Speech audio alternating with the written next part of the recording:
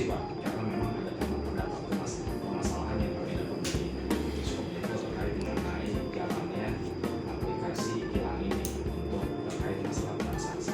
Tapi sebelum daripada itu, ada baiknya kita mendengarkan dulu arahan dari Pak Kepala Bidang Ekonomi Bapeda kepada Bapak Dhani kami persilakan. Waalaikumsalam.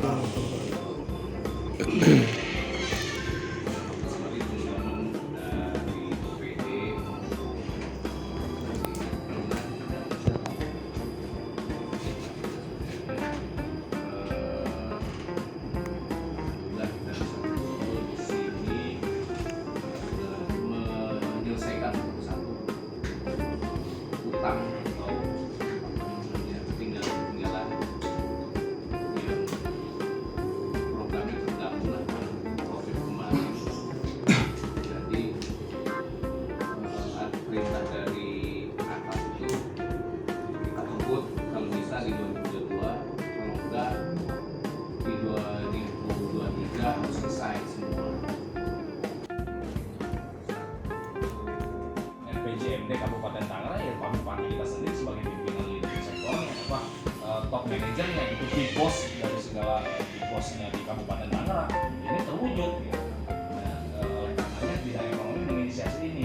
Silakan saya minta dari Diskominfo untuk bisa menggambarkan dulu deh aplikasinya seperti apa dan harus peran apa dari PD Pasar yang bisa untuk bisa intervensi dari sisi transaksi. Silakan kepada Diskominfo kami berikan kesempatan.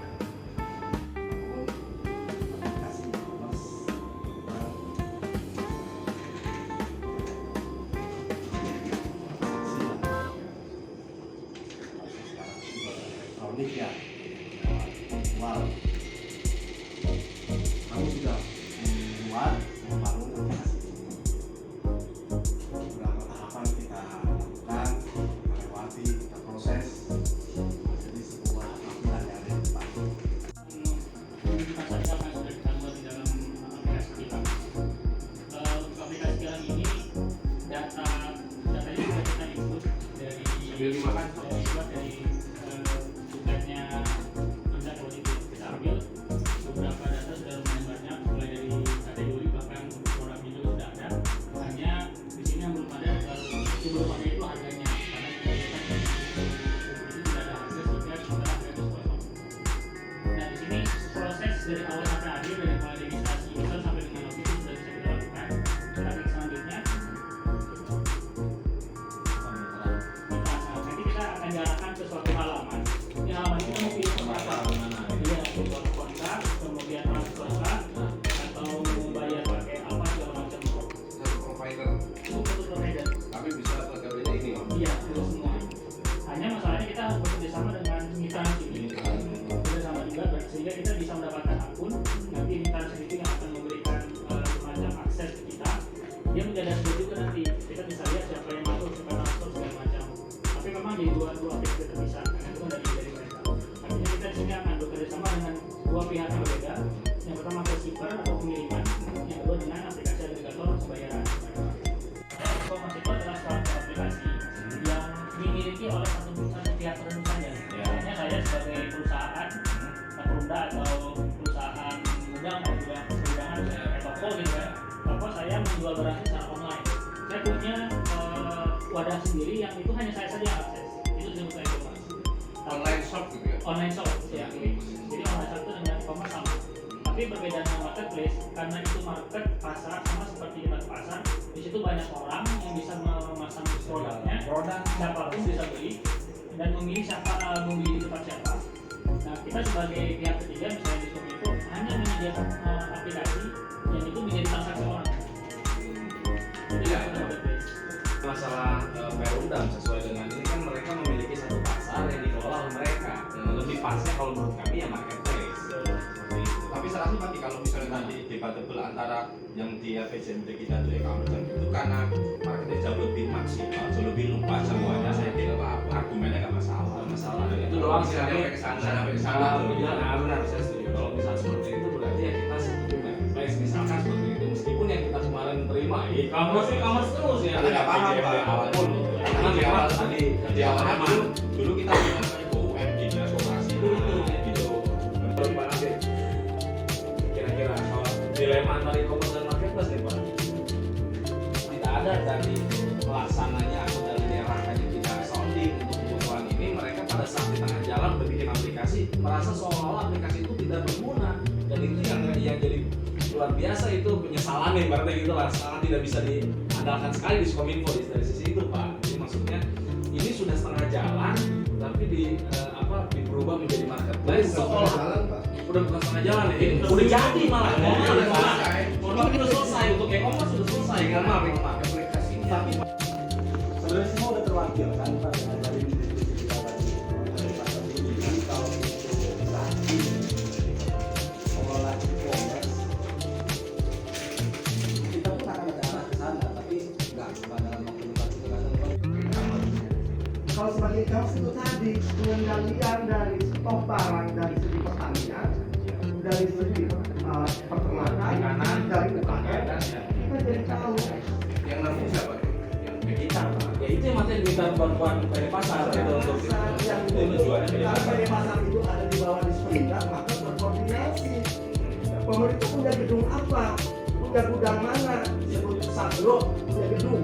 Kewajiban pemerintah terhadap binaan itu baik di instansi ataupun di luar instansi adalah membuat sejahtera masyarakat. Dengan cara apa? Membuat gudang, membuat rantai pasok, membuat distribusi.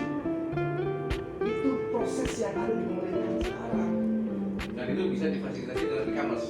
Bisa difasilitasi dengan e-commerce, berkoordinasi dengan OPD-OPD terkait. Rantai pasok UKM ada di Disperinda. Ya. Rantai pasok pertanian ada di Dinas Pertanian. Maka kita sebagai pemerintah menyediakan tempat petani yang tidak mampu melakukan transaksi elektronik, kita ajarkan. Ada pelatihan di Disperinda, Dinas UKM. Di pertanian ada Dinas Pertanian bagaimana menyalurkan barang-barang di masyarakat itu. Tidak semua orang pintar, tidak semua orang bisa menggunakan teknologi.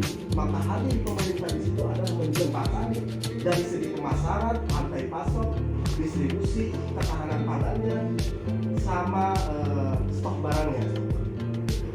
Apa komponen yang ada di Tangerang? Kita hitung UKM-nya ada berapa, jenis pertaniannya, tanaman pangannya ada berapa, multikulturnya ada berapa, di perikanan tangkapan ikannya sampai di mana, berapa ton sehari. Itu bisa kita distribusikan, manfaatkan oleh pemerintah. Pemerintah daerah mengelola itu, ada dinas perikanan. Ayo sama-sama bikin, kan sudah ada pelelangan ikan, betul ada pelelangan ikan, tapi tidak terkoordinir. Bagaimana mensinergikan antara gudang yang dimiliki kilang dengan pelelangan ikan, sehingga kesejahteraan pelelangan ikan terjadi, kesejahteraan nelayan terjadi. Karena apa? Belum host to host.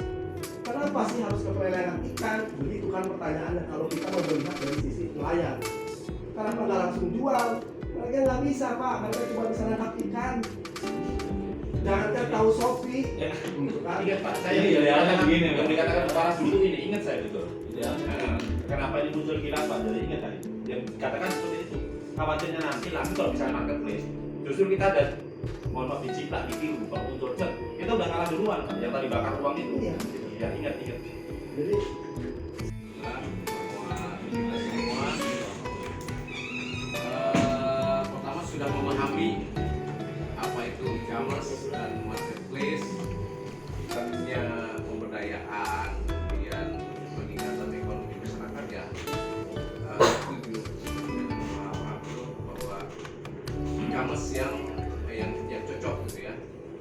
Namun ya itu perlu dilanjutkan dengan pembahasan dan penentuan SOP yang tepat, kemudian komoditi yang tepat, pasar yang tepat, dan nanti itu diserahkan ke Indra sama PD Pasar, kemudian kita support. Nah, marketplace diskusinya sangat seru. Terima kasih sekali lagi, mohon maaf apabila ada kekurangan. Assalamualaikum warahmatullahi wabarakatuh. Waalaikumsalam.